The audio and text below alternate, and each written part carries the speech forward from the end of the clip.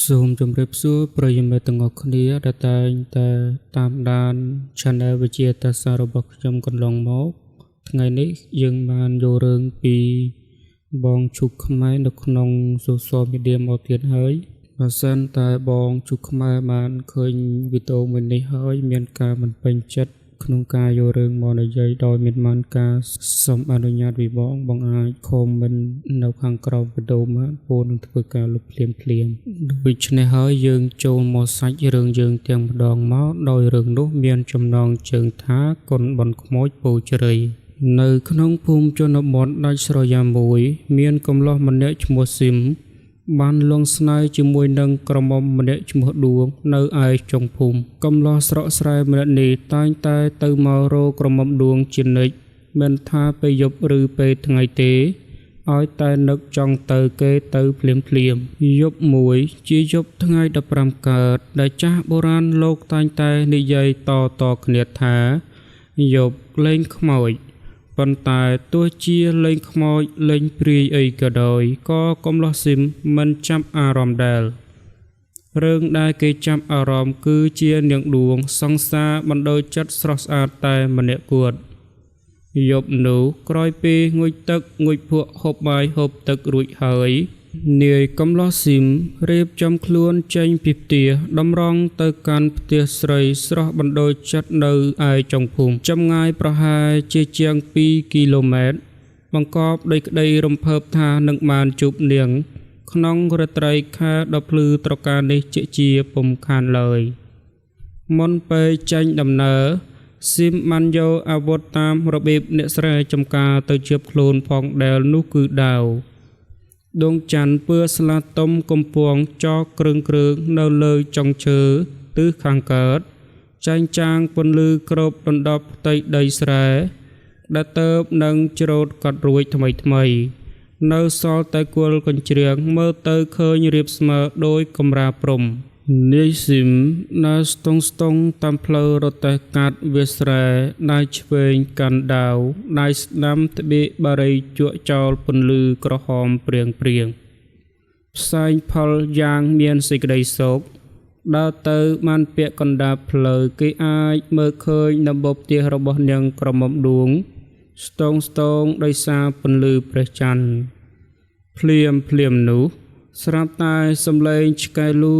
ដោយគ្មានមូលហេតុសំឡេងឆ្កែមិនមែនចេញពីក្នុងភូមិទេប៉ុន្តែជាសំឡេងលូកណ្ដាលវាស្រែទៅវិញនាយស៊ីមខំប្រឹងងាករមើលតាមរយៈសំឡេងនោះតែមិនឃើញរូបរាងរបស់ឆ្កែសោះគេគិតក្នុងចិត្តម្នាក់ឯងថាកណ្ដាលវាស្រែគ្មានផ្ទះមួយខ្នងឆ្កែនឹងវាមកពីណាប្រសិនបើអ្នកខ្លះវិញប្រហែលជាត្រូវព្រឹសរោមបាសក់ព្រាទៅហើយព្រោះគេតែងតែនិយាយថាឆ្កែវាលូព្រោះវាឃើញខ្មោចប៉ុន្តែនេះនាយស៊ីមគេជាកំឡោះមិនមែនចេះខ្លាចមនុស្សឬខ្មោចព្រាយបិសាចអីទេជើងពីររបស់គេនៅតែបន្តបោះជំហានទៅជារឿយនៅមិនបានប៉ុន្មានទៀតទេនឹងដល់ផ្ទះនាងដួងហើយឆ្កែចង្លូឲ្យវាលូស្រេចតែវាទៅដើរទៅទៀតមិនទាន់បានប៉ុន្មានជំហានផងនាយស៊ីមក៏បានឃើញរាងស្ទង់របស់នរណាម្នាក់អង្គុយបែរខ្នងឲ្យនៅលើដងគាត់ឈើក្បែរផ្លូវរទេះនាយស៊ីមទាញដាវចេញពីស្រោមយ៉ាងរហ័សតាមសច្ចេតញាណក្នុងការប្រយ័ត្នខ្លួនដោយគិតក្នុងចិត្តថាណូណាគេមកអង្គុយហាខ្ជុលហាសន្សើមទស្សនាដងច័ន្ទអុយកណ្ដាលវាស្រែយ៉ាងនេះលុះដើរជិតដល់ទៅដឹងថាជាស្រីព្រោះសក់វែងស្មើចង្កេះនាងអង្គុយថ្មឹងម៉ែខ្នងដូចរូបចម្លាក់នាយស៊ីមចោលកន្ទុយបារីក្បែរផ្លូវរទេះយកកែងជើងជឿនពន្លត់កំតិចភ្លើងហើយបញ្ចេញសំឡេងក្រហមមុននឹងសួរថាណែប្អូនស្រីមកអង្គុយធ្វើអ្វីនៅទីនេះនាងម្នាក់នោះបែរមកឆ្លើយដោយសំឡេងវែងថាមកចាំជួបបងនឹងឯង ឆ្លើយហើយក៏ក្រោកពីដង្កត់ឈើមកឈរលើផ្លូវរទេះស្ទាក់មុខនាយស៊ីមនិងស្រីចម្លែកម្នាក់នោះឈរទល់មុខគ្នាចម្ងាយមួយហាត់ប៉ុណ្ណោះនាយកំឡោះហាក់ដូចជាស្លុតវិញ្ញាណបន្តិចនៅពេលណាឃើញស្រីស្រស់ដូចទេពធីតាកញ្ញាឈរស្ទាក់មុខយ៉ាងប្រហើននាកណ្ដាលព្រៃយ៉ាងដូចនេះនាយខំតាំងចិត្តជាថ្មីរួចហើយសួរបន្តថាណែប្អូនស្រីនាងប្រាប់ថានាងមករងចាំជួបខ្ញុំតើចាំជួបខ្ញុំធ្វើអ្វីនាងជានរណាមកពីណាខ្ញុំមិនដែលស្គាល់នាងទេក្រមុំយាមវិកាបោះណាយមកចំពីមុខនាយស៊ីមហើយថាសុំបារីមួយដើមសិនសុំយើងប្រាប់នាយស៊ីមគិតក្នុងចិត្តស្រីនេះជាស្អីមកពីណាដែលនាយស៊ីមមើលមុខនាងបណ្ដើដៃរាវលុកយកកញ្ចប់បារីចេញពីហបប៉ៅបណ្ដើរួចដកមួយដើមហុចទៅឲ្យនាងតតូលយកដាក់ប៊ីមក្នុងមាត់រួចហើយបក់ដាយធ្វើជាសញ្ញាឲ្យនាយកំឡោះស៊ីមអុចបារីឲ្យនាងបឺតផ្សែងចូលទៅក្នុងមាត់យ៉ាងវែងទៅបង្ហៃចេញមកផ្សែងទ្រប់ដោយផ្សែងភ្លើងគប់នាយស៊ីមសូបន្តទៀតថានាងនៅក្រមុំអញ្ចឹងចេះជក់បារីដែល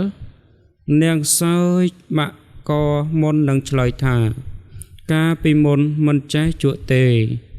ប៉ុន្តែដោយសារមានមនុស្សចេះតែយកមកសែនជាញឹកញាប់ពេកយូរខ្ញុំក៏ញៀនទៅ